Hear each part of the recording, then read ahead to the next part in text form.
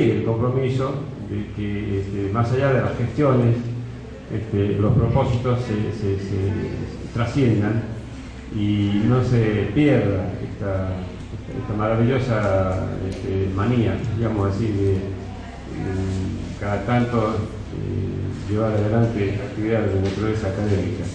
Si lo podemos hacer a través de la Escuela de Capacitación, que lo viene haciendo desde hace muchos años, mucho mejor. Entonces, en ese sentido, firmamos un convenio con el presidente de la Corte,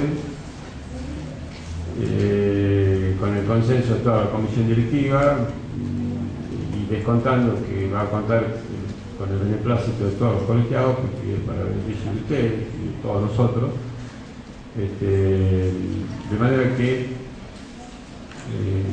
hoy vamos a inaugurar, digamos, la ejecución de ese convenio marco con un primer tema que no es nada más ni nada menos que el control de constitucionalidad y el control de convencionalidad, y se darán cuenta tiene una tremenda relevancia, sobre todo a partir de la reforma de la Constitución de 1994, ¿no? Esta suerte de publicización, como dice Aida Krimelmecher de Tanucci, que ha sufrido los derechos privados a raíz de la importancia y del impacto que tiene el derecho internacional en las normas internas de cada Estado, ha hecho que debamos comprender la noción de la organización del sistema positivo, el sistema normativo positivo, desde la perspectiva de lo que son los derechos fundamentales comunes a toda la comunidad internacional, lo que se suele llamar como el jus cogens, o la jurisprudencia de la Corte Interamericana de Derechos Humanos, en donde como una suerte de constante deja prevalecer en todos sus fallos, y cualquiera sea el motivo del conflicto, por encima de todo y por sobre todo lo que está vinculado a los derechos humanos, a la defensa de los derechos humanos. Me viene a la cabeza un voto del doctor Petracchi del año 2008 o 2009, ya el doctor, que es un experto, le va a informar bien, cuando hablaba de los derechos del niño, los intereses superiores del niño. Tuvo la fortuna de escribir en un pedazo de su voto que es una obligación de todos los magistrados del país, para que no quede convertido en letra muerta esta necesidad y este deseo justo de hacer prevalecer el interés superior del niño, de que se revise permanentemente las normas interiores, las normas internas vinculadas a los derechos del niño con lo que impone, digámoslo así, a partir de su incorporación en el artículo 75 de nuestra Constitución, la Convención Internacional sobre los Derechos del Niño. Esto es una muestra de la importancia que tiene el análisis de la temática que va a abordar el doctor, que es lo que se llama el control de la convencionalidad.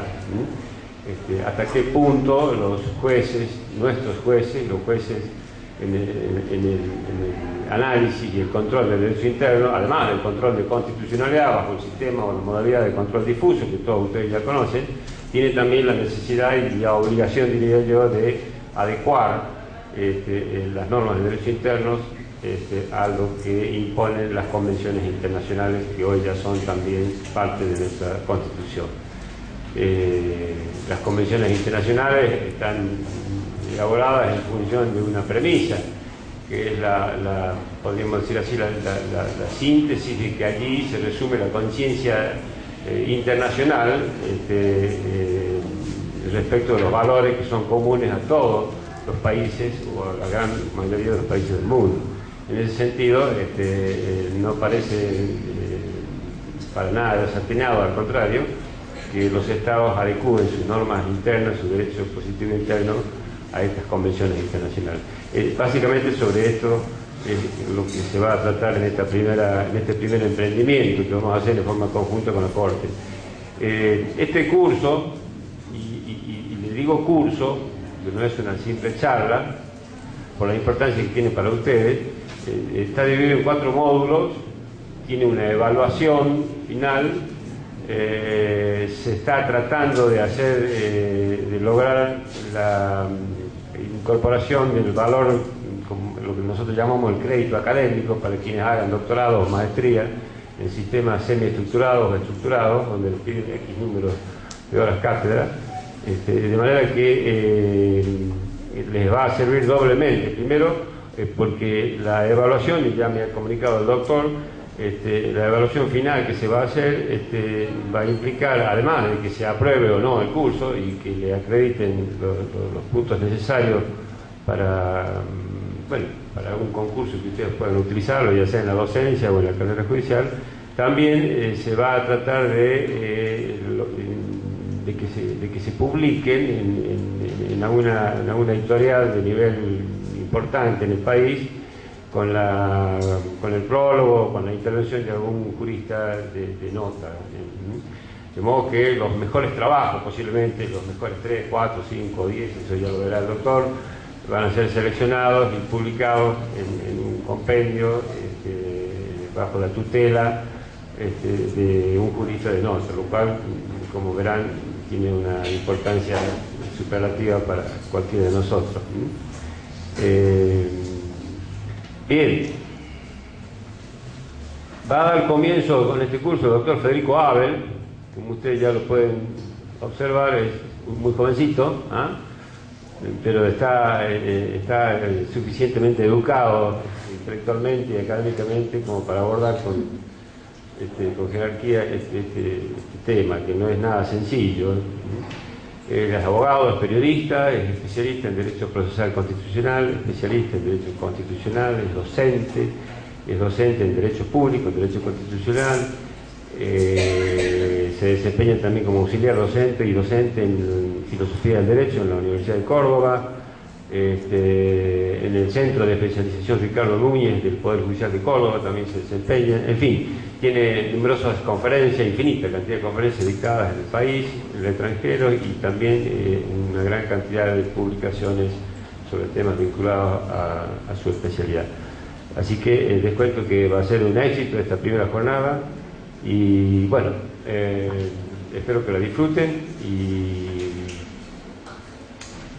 una cosa más que me acabo de acordar, son 4 módulos, se van a dictar hoy hasta las 10 de la noche, no se asusten porque hay un break, hay algunos agustitos, mañana a la mañana, el segundo módulo va a ser en agosto, el tercero en septiembre probablemente y el último en octubre, de allí vendrán las evaluaciones, y con eso se va a dar por concluido este primer emprendimiento, que para mí tiene un valor sinceramente de un altísimo valor académico y también operativo para quienes quieran utilizarlo en el régimen de concurso, sea en la docencia, repito, o en el Poder Judicial. Les agradezco la presencia. Supongo que lo que faltan es una cuestión que no tiene nada que ver con la vocación de estar acá, sino posiblemente porque no nos acompañó el día, la lluvia nos ha distraído un poco, pero bueno, espero que lo disfruten y los dejo en manos del que realmente sabe este tema. Doctor, su cátedra, y muchísimas gracias por acompañarnos.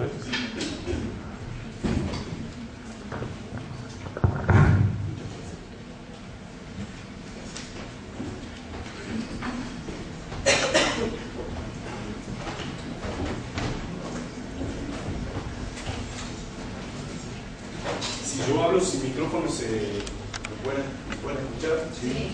Bueno, agradezco al Poder Judicial de la provincia de Catamarca, le agradezco al Colegio de Abogados esta oportunidad de tratar un tema urticante, porque, como decía acá el doctor, se ponen en cuestión algunos presupuestos que nosotros teníamos.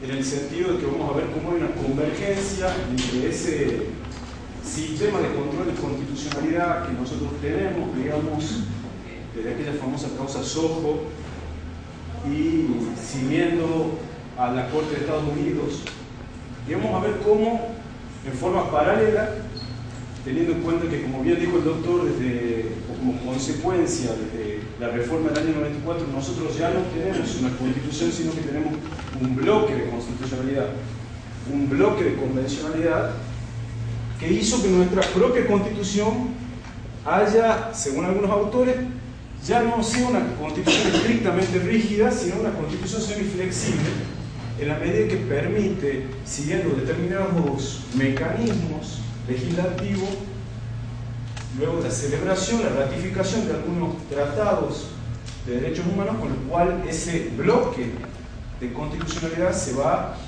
incrementando hasta el punto de que en la Constitución del año 94 había 11 tratados y luego de la reforma del 94 nosotros ya tenemos 13 tratados que tienen el mismo rango o jerarquía que la Constitución Nacional. Entonces, vamos a ver cómo ese bloque de constitucionalidad que todos los jueces de todas las instancias y de todos los fueros tienen que aplicar en los casos concretos, vemos que se suma en forma paralela esto que se denomina control de convencionalidad, y que, si bien algunos dicen parece que es una moda, lejos de ser una moda, hay un hecho que podemos decir que es el hecho en virtud del cual hoy nosotros estamos aquí, que en el año 2006 la Corte Interamericana de Derechos Humanos dicta dos sentencias, que son las sentencias que se conocen como Almonacid Arellano versus Chile y Trabajadores Cesados del Congreso versus Perú,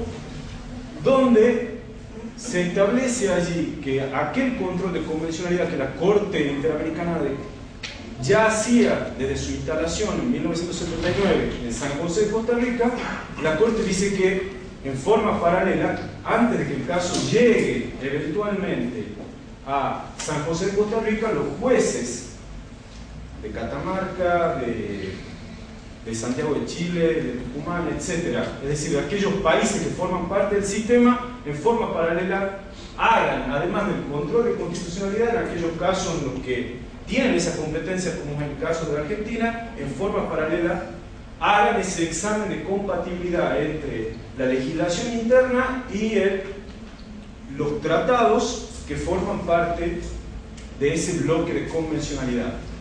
Entonces vamos a ver cómo esa interrelación que hay entre el control de constitucionalidad y el control de convencionalidad, vamos a ver que hay algunos autores dicen que con un sesgo más bien, entre comillas, más centrados en lo nacional, dicen que en realidad es el mismo control de constitucionalidad, que lo único que se hizo era ampliar el material controlante. Abro paréntesis, yo que soy disperso, de ahora más vamos a trabajar con esos dos conceptos: material controlante y material controlado.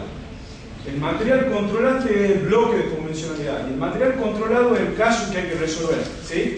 Entonces algunos dicen, con un sesgo más bien nacional y preocupados por el avance del control de convencionalidad, que el control de constitucionalidad no es más que una ampliación del conjunto de fuentes que el juez argentino tiene que tener en cuenta para el cotejo que tiene que hacer en su control de constitucionalidad. Hay otros que sostenemos que el control de convencionalidad corre como círculos concéntricos en forma paralela con el control de constitucionalidad. ¿Por qué? Porque el control de convencionalidad tiene un intérprete final que es la Corte Interamericana.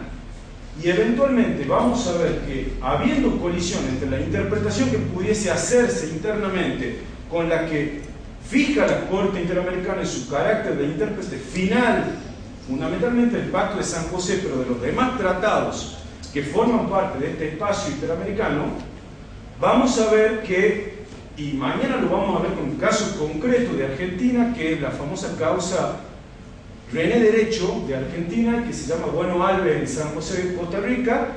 Vamos a ver cómo la Corte Suprema Nacional tuvo que retroceder, pese a que internamente ya se había dictado la prescripción de la acción penal, y teniendo en cuenta que la sentencia de la Corte iba en sentido diferente, Argentina retrocedió. Entonces vamos a ver que estos dos sistemas de control de constitucionalidad y de convencionalidad generan un gran desafío, porque en definitiva se supone reconfigurar aquellas viejas nociones de soberanía. Significa reconocer, digamos, que el Estado, si bien es cierto, sigue siendo preponderante el Estado nacional, no obstante, ya formamos parte de un espacio, al menos en materia de derechos humanos, que es transnacional. Y ese espacio transnacional tiene a su vez una Corte que es la Corte Interamericana, entonces vamos a ver que tenemos ya dos intérpretes. Tenemos un intérprete final puerta adentro en materia de control de constitucionalidad y tenemos por fuera un intérprete final que establece las pautas en virtud de las cuales deben interpretarse esos tratados que forman parte de este bloque de convencionalidad.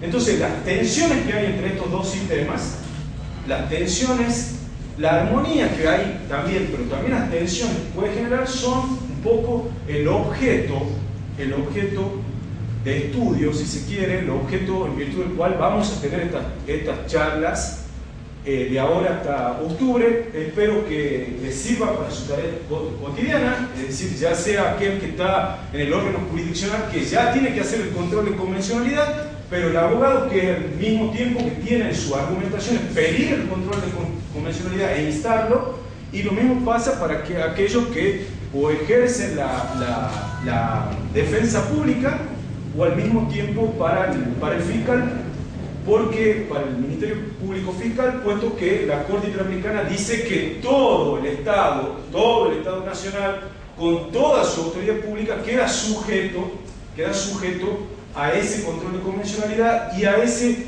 concepto de, si nosotros nos educaron con el concepto de supremacía constitucional, ahora tenemos en forma paralela el concepto de supremacía convencional.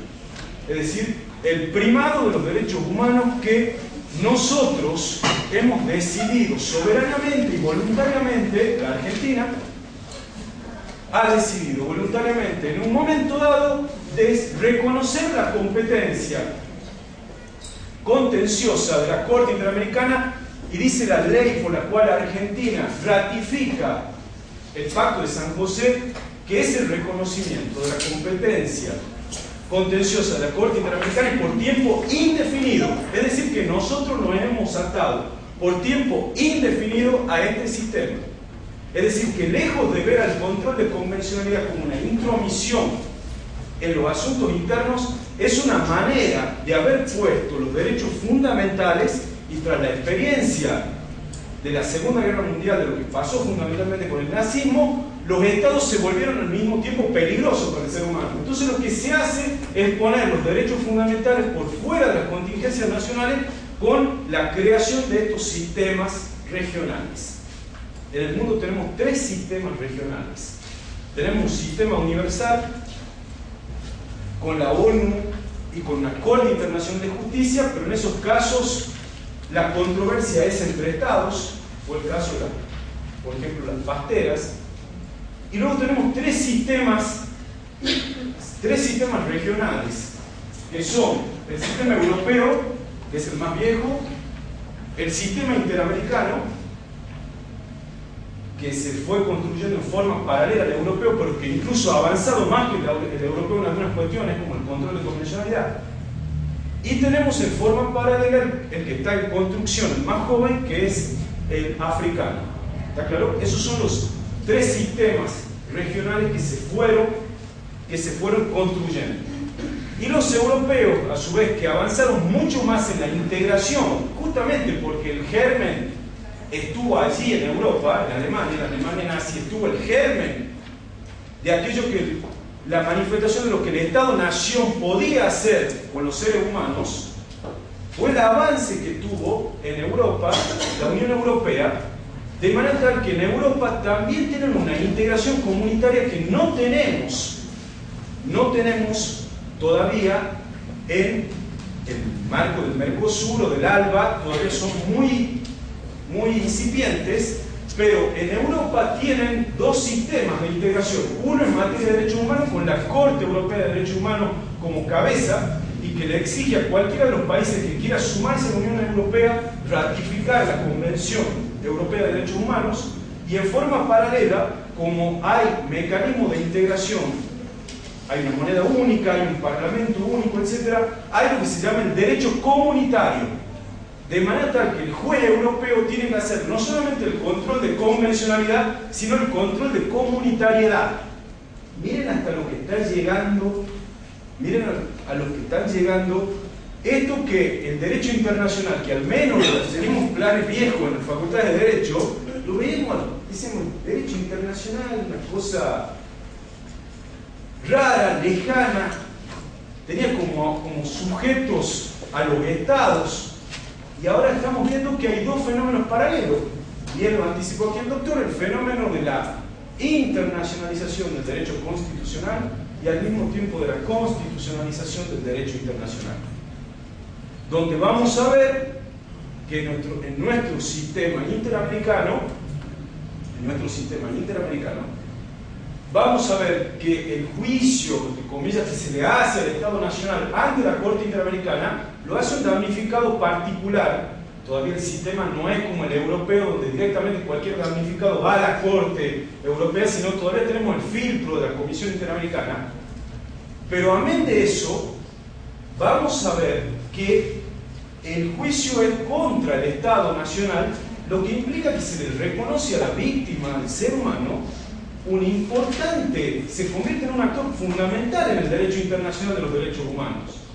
Es decir, hay una transformación del derecho internacional que antes solo reconocía como sujetos a los estados, mientras que ahora lo tenemos al ser humano allí, y sobre todo con el cambio de reglamento que hubo en la Corte Interamericana a partir del año 2010, tiene mayores atribuciones todavía ahora el ser humano en desmedro de la Comisión Interamericana, pero eso ya lo vamos a ver. Así que he tratado de sintetizar rápidamente cuáles van a ser los objetos, cuál va a ser el objeto de estudio que vamos a tener, digamos, a lo largo de estos encuentros hasta octubre.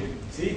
A mí me parece notable actualidad, puesto que estamos viendo que las argumentaciones de los jueces, y enhorabuena, en todo el país, en la argumentación los jueces están trabajando mucho con los tratados internacionales, lo que implica que se está de alguna manera haciendo control de convencionalidad, aunque expresamente no diga el juez estoy haciendo control de convencionalidad, pero en la argumentación se ve eso, y lo que implica que hay una avidez por conocer las 260 sentencias que ya la Corte Interamericana ha emitido desde la primera en el año 1987. ¿Sí? Entonces es un poco el objetivo de estos encuentros. Mañana aquí vamos a ver esto que de alguna manera vamos a ver acotadamente hoy. Mañana vamos a ver dos casos.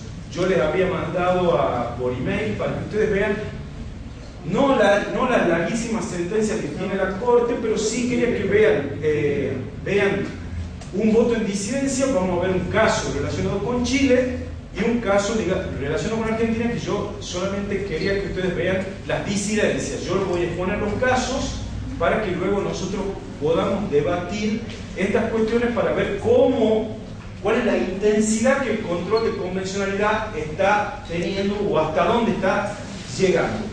¿Sí? Control de convencionalidad que ustedes como jueces tienen que hacerlo ahora incluso de oficio. Es decir, que se presupone, fíjense que cuando nos enseñaban antes de la reforma del 94 y toda esta transformación que hubo, el derecho internacional eventualmente en un caso doméstico debe ser probado. El Código Procesal Civil de la Nación decía que el derecho internacional era un hecho que había que probar, mientras que ahora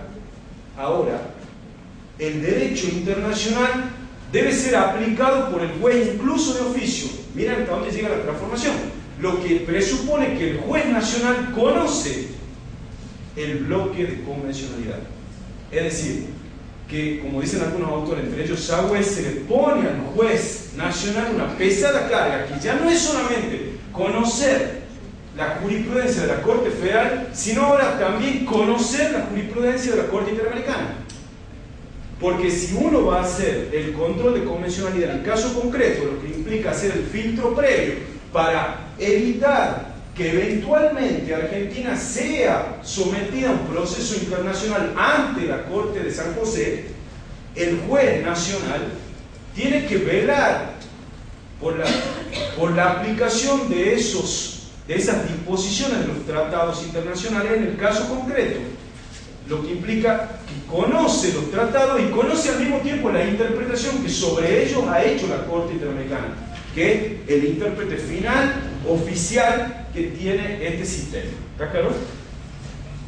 Si ustedes ven la necesidad de hacer alguna pregunta o interrumpirme, no hay ningún problema, pero queda un poco planteado cuáles van a ser por dónde van a ir los ejes de estas charlas, ¿sí? Bueno, rápidamente, entonces, verán el viejo paradigma del derecho público en los siglos XVIII y XIX. Fíjense que la Declaración de 1789 dice la Declaración de Derechos del Hombre y del Ciudadano. Derechos del hombre y del ciudadano. No obstante, en forma paralela, como se estaban construyendo los estados nacionales, nos quedamos solamente con los derechos del ciudadano, más que con los derechos del hombre. Entonces, ¿qué tenemos en ese viejo paradigma? Tenemos un derecho internacional que decíamos que tenía como eje los estados nacionales que están surgiendo. Y esa declaración de los derechos del hombre y del ciudadano termina siendo la declaración de los derechos del francés, del argentino, del alemán, etc. ¿Sí? Y al mismo tiempo, durante ese paradigma, surge básicamente el Estado legal de derecho. Es la positivización napoleónica, la codificación napoleónica. El juez aplica el derecho que está codificado. Las constituciones están allá lejos. Las constituciones solamente son declaraciones o pactos políticos en ese sistema. Es decir, no son todavía concebidas como normas de aplicación inmediata. Lo que aplica inmediatamente el juez en ese paradigma es el derecho de fondo codificado, diferentes materias y luego los códigos procesales, ¿sí? Así se va tramando ese sistema. Y la Constitución, como les decía, es un documento fundamentalmente político y que prevé, o lo que nos interesaba sobre todo de las constituciones en ese paradigma, era la distribución, el esquema de distribución del poder que hacía la Constitución. Pero el juez era un juez con mentalidad legalista. El juez aplicaba inmediatamente el esclavo de las normas de los códigos de fondo, hasta el punto de que eso se proyectaba, ese paradigma, a nuestros planes de estudio, donde ustedes veían que año por año ustedes lo que tenían era básicamente los viejos, quienes estudiaron con los denominados planes viejos de derecho, en cada año había un privado. Pero no marca, claro, planes viejos. Planes viejos, no viejos. Había muchos derechos privados. Civil 1, Civil 2, Civil 3, Civil 4. Internacional privado. Y lo público estaba más restringido porque la preocupación era los códigos. Si a eso le sumamos la inestabilidad institucional que había en Argentina, evidentemente esa replicación de esa mentalidad pegada al denominado Estado legal de derecho. Ahora, eso sufre una eclosión, lo que decíamos, siglo XX, lo que pasa fundamentalmente en la Alemania nazi, donde incluso los derechos de un sector de la población por pertenecer a una determinada religión comenzaron a ser abrogados, hasta el punto de que se dictan, por ejemplo, las denominadas leyes de Nuremberg, que les quitaba o les desconocía el carácter de ciudadanos a los judíos. ¿Sí? Entonces se llegó a la aniquilación total. Producido eso, y la alarma que eso generó en el mundo, nos damos cuenta que aquel Estado, que la idea contractualista había sido inventado para proteger los derechos del hombre y del ciudadano, terminó protegiendo los derechos solamente del ciudadano, y dentro del ciudadano veíamos a lo que se podía llegar en Alemania solamente al ario, etc. Entonces resulta que el Estado que se había inventado en teoría para proteger los derechos del hombre termina conspirando en esos encierros que terminan siendo los Estados nacionales. Entonces, tras la Segunda Guerra Mundial, surge la necesidad de replantear y poner los derechos humanos el concepto del coto vedado. El coto vedado. Hay derechos que son indisponibles. No están a disposición, puertas adentro, ni de las mayorías y puertas afuera, en el espacio regional o internacional, no están disponibles para las contingencias nacionales. Esa es la denominada teoría del coto vedado. pasa que con la Declaración de los Derechos del Hombre y del Ciudadano, que es una copia textual de la Declaración de Independencia de Virginia, se incluye a la mujer y al esclavo, eran por dos cosas. Entonces, eso después se traslada, creo que a la Alemania nazi. Por eso les digo, por supuesto, es una buena observación, porque es una buena observación porque fue todo un proceso progresivo. Digamos, la Corte de Estados Unidos también interpretó durante mucho tiempo, hasta los años 50, el famoso caso Brown, hasta que la Corte de Estados Unidos admitió que en el marco de su propia constitución era admisible que hubiera escuelas para blancos y para negros. Claro, la Declaración de los Derechos del Orden Ciudadano viene por la independencia de Estados Unidos, porque Estados Unidos es primero que se independiza de Inglaterra, después viene la Revolución Francesa y ahí surge el primer documento de la Declaración de los Derechos del Hombre. Lo que ocurre es que en un primer momento la Constitución de Estados Unidos no tiene una carta de derechos y luego ya en las primeras enmiendas sí tiene supletoriamente, digamos, no supletoriamente, complementariamente van la declaración de derechos, no lo consideraban necesario, digamos, lo daban por sobreentendidos. A lo que iba era que producía la fractura de ese paradigma del Estado-Nación peligroso para las minorías, peligroso ese Estado Nacional que ya nos manifestó de lo que era capaz. Entonces decía, viene la teoría del coto vedado. Ferraioli es alguno de los que sostiene esa teoría, la denomina teoría del coto vedado. Hay ciertos derechos que están indisponibles, no están a disposición, ni de las mayorías puertas adentro y puertas afuera de las contingencias nacionales. Lo tenemos que poner a resguardo de lo que puede pasar internamente dentro de un país. Y la manera de hacerlo es con la creación de estos sistemas internacionales o transnacionales. Sistemas transnacionales, entonces vemos allí que hay toda una transformación. ¿Por qué? Porque pasamos del Estado legal de derecho al Estado constitucional de derecho.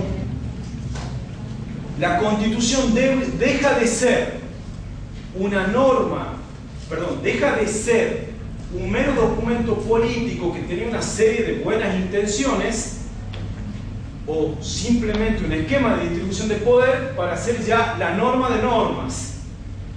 Pasa a ser una norma que se la puede aplicar directamente. Entonces comienza la mutación del juez con mentalidad legal al juez con mentalidad constitucional. Y al mismo tiempo, en el marco del derecho internacional, se produce el Estado-Nación, entra en crisis y comienzan a aparecer. Obviamente, cuando yo les digo que entra en crisis, esto no significa que uno sale y lo ve Estados Unidos, lo ve Argentina, siguen siendo los Estados-Naciones los ejes de los sistemas políticos, del sistema político. Lo que ocurre es que ya no tienen la exclusividad que tenían antes. Ahora ya hay espacios internacionales que justamente están diseñados para lo que los noruegos, hay un autor noruego que se llama John Elster, un constitucionalista noruego, John Elster, que tiene un libro que se llama Ulises y la sirena, y luego tiene otro que se llama Ulises desatado.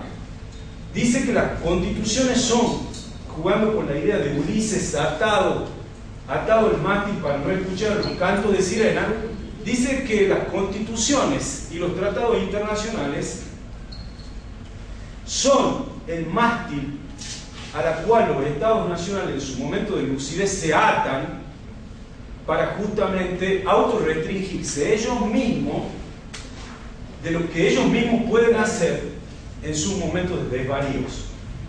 Es decir, en un momento de lucidez se crean estos espacios internacionales, ponemos estos derechos fundamentales al resguardo de nuestras contingencias nacionales y quedamos atados. Por supuesto que llegan algunos momentos que dicen uno, che, pero la Corte Interamericana, hay 7 jueces allá y viene, bueno, es el costo que tenemos que pagar por haber decidido soberanamente atarnos a ese sistema. ¿Está claro?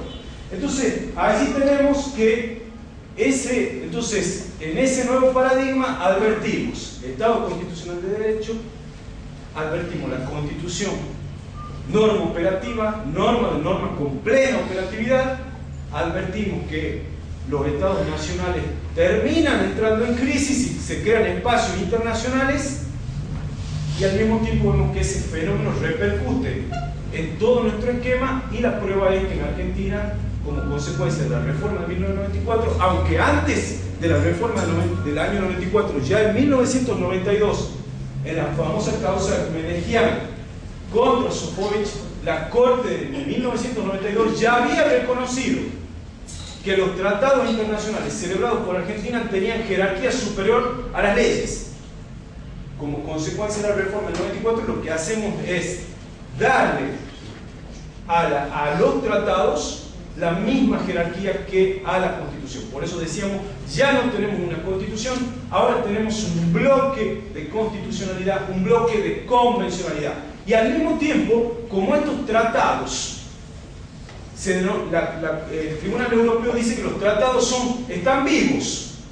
Es decir, que lejos de estar quietos, los tratados suben los estándares en virtud de la norma más benéfica al ser humano, de manera tal que si el estándar sube para Honduras, en un caso, sube para todos, inmediatamente se levanta el estándar. ¿Por qué? Porque el juez de Catamarca puede decir, la Corte Interamericana dijo en este caso contra Honduras que el estándar subió, entonces yo lo aplico porque es más benéfico para el ser humano. Entonces el bloque se está moviendo, está vivo, y siempre el eje de ese bloque es el denominado principio pro homine. Vamos a ver que la norma clave del Pacto de San José es el artículo 29, norma de interpretación. Siempre la interpretación, con independencia del origen de la fuente, se busca la norma más benéfica para el ser humano. Artículo clave del Pacto de San José, 29, normas de interpretación, 29. Ese tiene que ser de cajón. Uno tiene que trabajar con ese artículo de la manera más progresiva posible. Se mueve el estándar, pido ese estándar y pido el 29. ¿Está claro? Pido la aplicación de ese estándar que es el 29.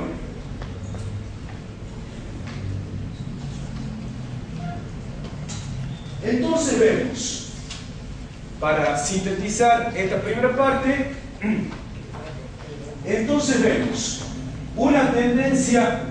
Ahora ya no se habla del constitucionalismo, se habla del neoconstitucionalismo. Se dice que la tendencia ya es el constitucionalismo en vez del legalismo, el juez constitucional y convencional en vez del juez aplicado al código, lo cual impacta en las fuentes. Yo les decía que en el anteproyecto del Código Civil Comercial que se está trabajando, sus autores, Lorenzetti y la doctora Kebelmacher, dicen que filosóficamente este código está basado en la constitucionalización del derecho privado y está basado en la teoría de los derechos humanos. Es decir, que ese es el espíritu. Miren a lo que llegamos. Aquellas viejas disciplinas de derecho privado por un carril y derecho público por el otro comienzan a confundirse, y enhorabuena. Entonces tenemos la filosofía de este anteproyecto de código, va en la dirección de la que estamos señalando, y ya vamos a ver por qué. Entonces, constitucionalismo, eso impacta en la fuente. ¿Por qué? Porque la ley, el viejo Estado legal de derecho que tanto le gustaba a los franceses, queda de alguna manera diseminado, porque la ley ya no pasa a tener ese carácter omnipotente, ya no es la única fuente. Acá tenemos convenciones internacionales que pasan a ser fuente también de derechos. Pasa a haber una jurisprudencia que está más atenta a principios y no tanto principios y a valores, y no tanto a aquellas viejas reglas del positivismo de la época de la codificación que se las aplicaban como si fuesen leyes de la lógica irrefutables. principios de especialidad, norma posterior deroga ley anterior, norma superior en lugar de norma inferior, porque acá nos encontramos con el problema de que la Corte Interamericana de Derechos Humanos, en el caso Última Tentación de Cristo, relacionado con Chile, declaró la inconvencionalidad de una disposición de la Constitución de Chile. Es decir, que ese viejo principio que nosotros teníamos de que la Constitución era superior en nuestro sistema, vemos que está en crisis. En la Constitución de Chile existía una disposición que terminaba en los hechos siendo una censura previa respecto a las producciones cinematográficas. Tenía que pasar por un viejo mecanismo que sobrevivía de la época de la dictadura de Pinochet, por en virtud del cual toda producción cinematográfica, para que hubiera control, tenía que pasar por un órgano del Estado. Entonces unas personas quisieron ver La Última Tentación de Cristo y dijeron, no, bueno, esa película no pasó por el filtro de este órgano. Entonces el caso llegó hasta la Corte Interamericana y Chile tuvo que modificar su constitución para adecuarla a los tratados internacionales, para adecuarla al Pacto de San José. ¿Está claro? Entonces les decía que esa preocupación más bien por estos principios, por estos valores que condensan los derechos humanos, tienen preponderancia ahora, una jurisprudencia más bien de principios, como dice un alemán, Robert Alexi, una jurisprudencia más bien de principios que aplicada a aquellas otras reglas que venían de la codificación positivista.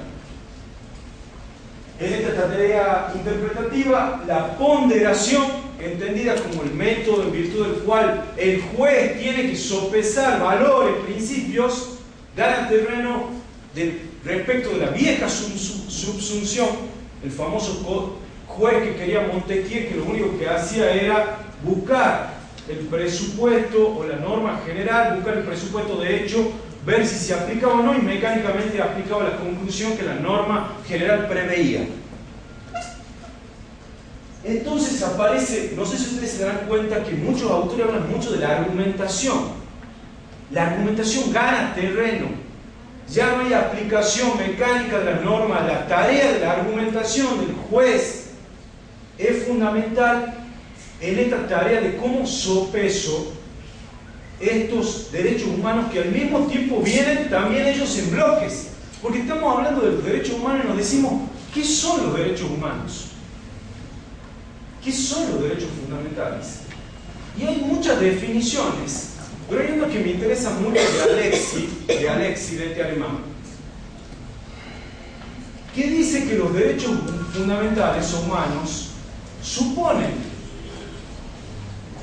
bienes de la máxima relevancia que tienen el máximo reconocimiento jerárquico y que al mismo tiempo se busca que tengan la máxima eficacia y al mismo tiempo están predispuestos por la máxima indeterminación posible. Juega con esas palabras: máxima relevancia, máxima jerarquía jurídica en su reconocimiento, buscar la máxima eficacia y al mismo tiempo están expresados por la máxima indeterminación. Y entonces ustedes dicen, ¿para qué la indeterminación? Justamente la indeterminación es la que le permite al juez la tarea de la ponderación. No hay una definición de qué es el interés superior del niño, pero el juez debe bregar. Esa indeterminación que se deja abierta tiene ese objetivo. ¿Está claro? Es decir, esa definición que da Alexi respecto a los derechos humanos nos sirve para decir que derecho humano es aquel piso por debajo del cual estamos fuera de la humanidad. Volvemos al estado de naturaleza. El piso mínimo para la dignidad humana. Y el sistema interamericano no tiene techo, tiene piso. Significa que si el juez nacional puede aplicar un parámetro normativo que esté por por encima del piso que la Corte Interamericana pone, enhorabuena. Porque lo que se trata es que ese piso suba. Ese piso lo que no se puede es perforar hacia abajo. Si perforamos, salimos del Estado constitucional, salimos del Estado convencional, volvemos al estado de naturaleza, volvemos a la bestialidad nazi, por decirlo de alguna manera, o para que quede claro. Salimos de la humanidad. Entonces, ese es el piso que constantemente busca elevar el sistema, y por eso decíamos que el sistema interamericano se está moviendo. Los pactos, dice la Corte Interamericana, replicando el Tribunal Europeo, son instrumentos vivos, se están moviendo, el parámetro está subiendo, y esa indeterminación en la definición justamente sirve para subir el parámetro constantemente, para poder subir esos parámetros en el momento de la interpretación, en la aplicación del caso concreto. ¿Está claro? Bien. ¿Alguna pregunta, alguna observación? ¿Alguna observación, alguna pregunta? ¿Alguna? Seguimos entonces. ¿Queda claro entonces por dónde va el sistema? Bien, son 4 fechas que me parece interesante. Entonces nosotros hemos dicho que nosotros nos movemos en el espacio del sistema interamericano de derechos humanos. Ahora, ¿quiénes componen o cómo se compone ese espacio interamericano? Ese espacio interamericano tiene 4 fechas que son fundamentales. 1948, la Carta de la OEA, por la cual se conforma la Organización de Estados Americanos, y al mismo tiempo es la fecha en la que se dicta la Carta Americana de Derechos del Hombre. Esa carta que incluso es anterior a la Carta o a la Declaración Universal, por unos meses.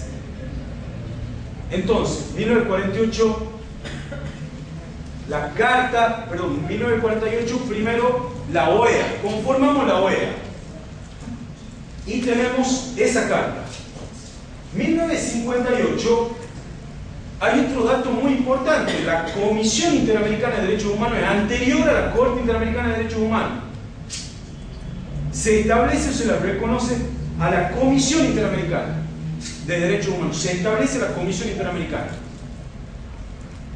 Porque la experiencia histórica había demostrado también que si las cartas de derechos no tenían órganos que velasen por su fiscalización, terminaban siendo poesía constitucional, poesía convencional. Terminaban siendo declaración de buena intención. Y como luego de la Segunda Guerra Mundial queremos más que buenas intenciones, se necesitaban órganos que fueran fundamentalmente fiscalizadores. Entonces, primero tenemos la Comisión Interamericana, y esa Comisión Interamericana comienza a hacer lo que se llaman las visitas in loco.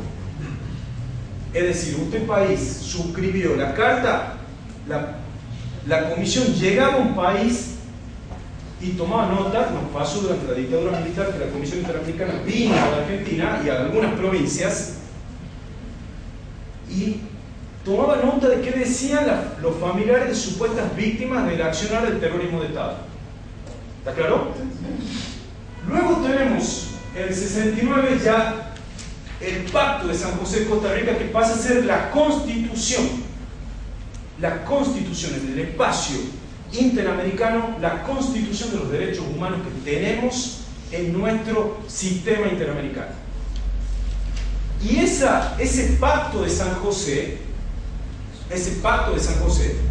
si ustedes lo leen, se lo puede leer como una constitución. ¿Por qué? Porque tiene una primera parte que podríamos llamar parte dogmática, donde hay una declaración de derechos, 2 primeros derechos fundamentales que son el 1 y el 2, que establecen las obligaciones generales.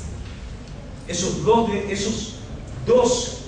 artículos, el 1 y el 2, son fundamentales porque establecen el compromiso de los estados de respetar los derechos que se van a enumerar a continuación, y luego porque lo obliga a los estados a adecuar eventualmente su normativa interna a esos derechos. Es decir, que ya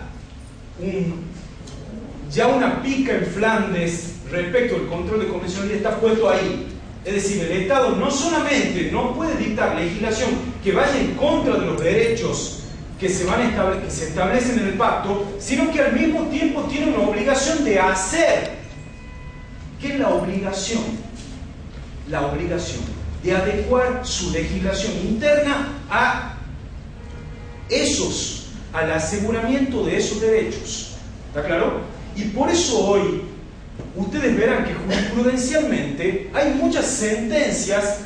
Durante este seminario vamos a ver qué son las denominadas sentencias exhortativas.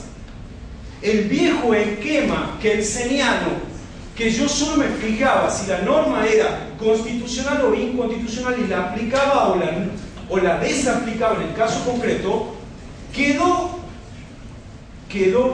corto o limitado. Entonces, ¿qué hace el juez ahora?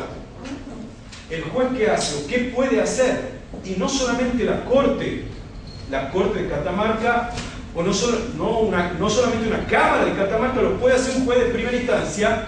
Dice, en mi caso concreto, yo puedo exhortar al Estado provincial para que sancione una legislación que adecue sus disposiciones, porque esto se ve mucho, por ejemplo, en materia de penal juvenil, en materia de niños en conflicto con la ley penal. Ejecución de la pena. Ejecución de la pena también, en materia de niños en conflicto con la ley penal, por ejemplo, la Corte Suprema ha declarado inconstitucional ha declarado que la ley que rige la materia es inconvencional, pero no obstante no la declaró inconstitucional por los efectos que podía tener. Entonces, ¿qué hizo? Exhortó al Congreso para que ajustara esa legislación. Exactamente. ¿Qué puntos, por ejemplo? ¿O en general? En general, no, la ley de facto. Primero porque era ley de facto. La Cámara de Casación la había declarado. ¿Sí, doctora? No, que fue en el marco de un habeas corpus que planteaba Colectivo, era